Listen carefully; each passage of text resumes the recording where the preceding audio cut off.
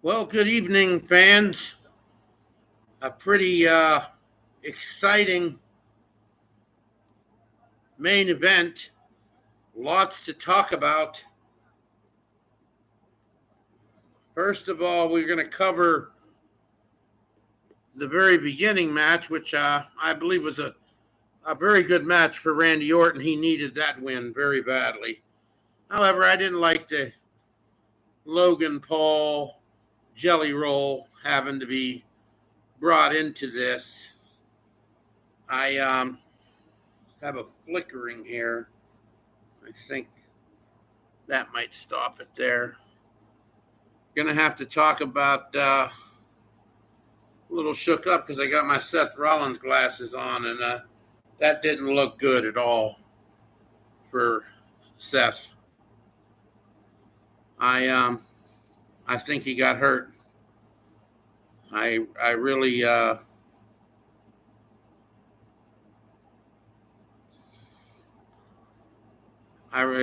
didn't think they planned on LA Knight winning that match, and I don't know what you guys' opinion are on it, but I really don't think they intended that to happen. I'm having some technical issues right now. I have a feeling I'm going to have to shut her down and bring her back, as I just don't think this is running right. My chat box room is not up for you to let me know. We were scheduled to have some Brown fans and Steeler fans go at it tonight. I was going to give them each 1 minute, call in and say their piece to each other because even though you may be listening out there in California or out there in Oregon or maybe somewhere in Duckworth, Virginia with your internet antennas, but I was going to let those two go at it because it gets kind of deafening here. One has Rodgers, one has four quarterbacks and a jackass. So we'll talk about that later. But I want to go over Randy Orton. Randy really, in the last two pay-per-views, has really struggled as far as win-wise. I couldn't see the Viper losing three in a row because I consider Randy Orton, to me, to be one of the greatest of all time. I'll also be trying to come back on a little later on tonight, late tonight, and I'm going to have to try to link up with Mr. Ryan Flame, and he's going to give his takes on the entire night too. I'm waiting. He's flying over on a jet to get here, but once he gets to his hotel, he's going to link up and give us a couple minutes of his knowledge.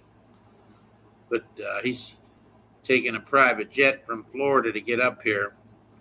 And then tomorrow we're going to be going over Evolution. We're going to watch it together. I don't know how the Naomi Jade Cargill fight is going to be a classic. But they've already, like I already planned this here to have the celebrity match with Jelly Roll and Logan Paul.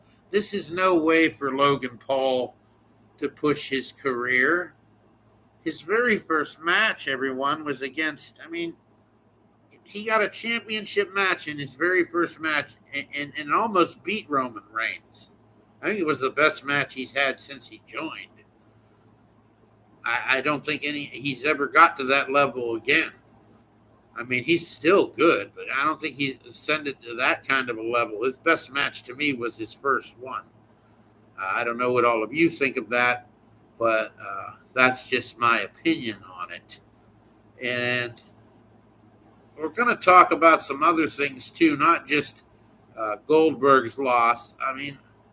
We've seen that coming. We knew that Goldberg wasn't going to win, and they pulled the usual spear the referee at the end, and then the knee blown out. I just didn't like the way that ended. It didn't spark anything for Gunther.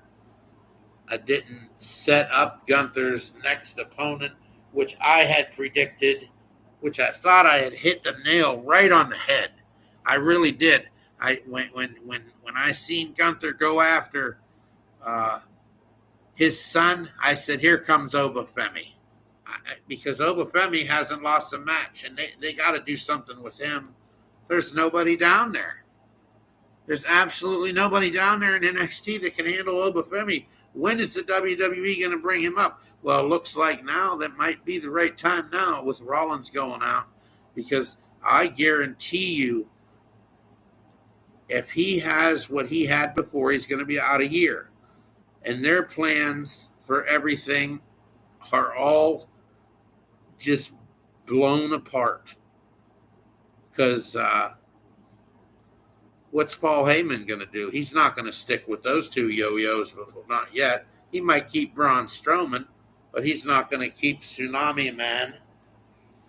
That's going to be broke up again. And the briefcase. Oh, we have a lot to talk about. We have so much to bite into, and I'm just hoping that this is all the way I would do it, but you just don't know. That he got hurt because there's no way LA Knight beats him. It doesn't. He might beat him like there, but not with the BFT too. That was a straight ending to that match, because that was not the way that was supposed to go down.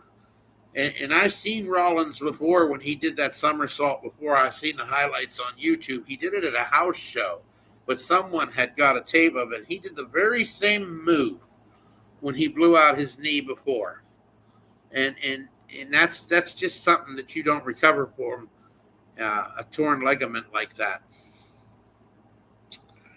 Otherwise, we have, a setup for a nice Randy Orton finish, because Randy's taken a couple of tough losses.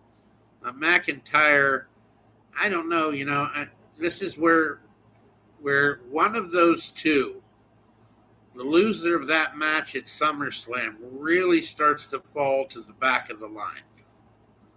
I just, and I like Drew. I like, he's a draw. He's a complete draw.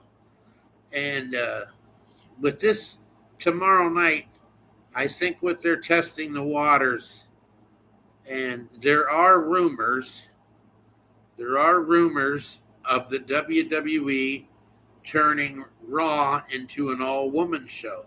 I've been saying that's coming for a long time. They just have too many prospects in the developmental program. You see the ones they have in NXT. They have the girls down there. They have the girls up here in Raw. They have the SmackDown girls.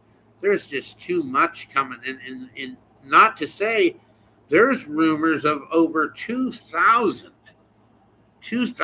athletes in the developmental program itself, because the WWE signs intent contracts, and they pay even around the valley here. There's girls and boys that signed tentative contracts in case something doesn't work out with their football or volleyball or golf or snowball throwing, toothpick breaking. They can try out to be a wrestler. I certainly wish that I could go back 30 years ago and didn't start to learn wrestling. I watched it for years, but to learn the business and get into the business, I would have done it myself, because I was watching wrestling, when the yellow and gold, or the red and gold, the yellow and gold, the Steelers are stuck in my brain, and I'm not a fan of theirs. I can't wait till Aaron Rodgers and Mike Tomlin have a joint at halftime. But I don't know if you guys want to write in your opinions, and we get one here. Why didn't Cena show up tonight? He doesn't have to. They have too much. They have too much going on with Cena right now because he gets involved with everything right now. A little later on here, after I get through with this monologue, and we take a 5-minute break, and then I'm going to come back again. I got some bills to pay here, so I'm gonna have to go off the air for a couple of minutes. But Cena, right now, the more he stays quiet, the more momentum he stays as a bad guy. They don't want to tire that out yet because now the wheel is turning. The wheels are turning right now in creative right now because of what happened with Rollins. I'm talking about if he's out, there has to be a new Money in the Bank at SummerSlam. And man, do I already have a hypothesis for this for probably one of the greatest SummerSlams in the history of SummerSlam. Maybe, just maybe, if they followed what I would do, would be one of the greatest pay-per-views in the history of wrestling. I mean, it would seem one of the most shocking of all time because they're doing things the right way, and if you're a rapid wrestling fan like I am, you see that Trick Williams has taken the TNA title, so that makes TNA quite relevant too now because they didn't have no room to put him up in the WWE. They're sending guys over that way to keep them, at bay because they want to. Those guys want to get up there, and get in the middle of the storylines as possible. But where are you going to put him? There's no. Look at Carmelo Hayes. I said that a long time ago when they brought Carmelo Hayes up. There's too much talent. As good as Carmelo Hayes is, and you all know Carmelo Hayes is a hell of a draw, an entertaining wrestler, can talk on the mic, but he's just another guy there with all the super god wrestlers they have stacked in front of them now. It's really really a good time to be a WWE fan, and there was a time when it was a joke. It was just an absolute joke to turn it on. It had turned into so bad, but I just cannot commend enough the job. And it isn't just him. There's people behind the scenes too. And also it has a lot to do, in my opinion, with CM Punk. The ideas of to put wrestlers, where they are now in the storylines of them, the building of the storylines is what one of the things CM Punk has always been. It's a pipe bombs about. I'm getting ahead of myself talking so fast. I've been wound up all day, fans, for this, and I think it's just Triple H 10 years ago would not have thought of anything like this because he was engaged in his career. But there's some got people on there. There's Stephanie's learned a lot. She's changed a lot. A lot had to change in the people that are behind the scenes, and I don't know who all they are, but they are really doing an excellent job. I'm going to take a break for 5 minutes. I'm going to pause the show, and I shall return in 5 minutes.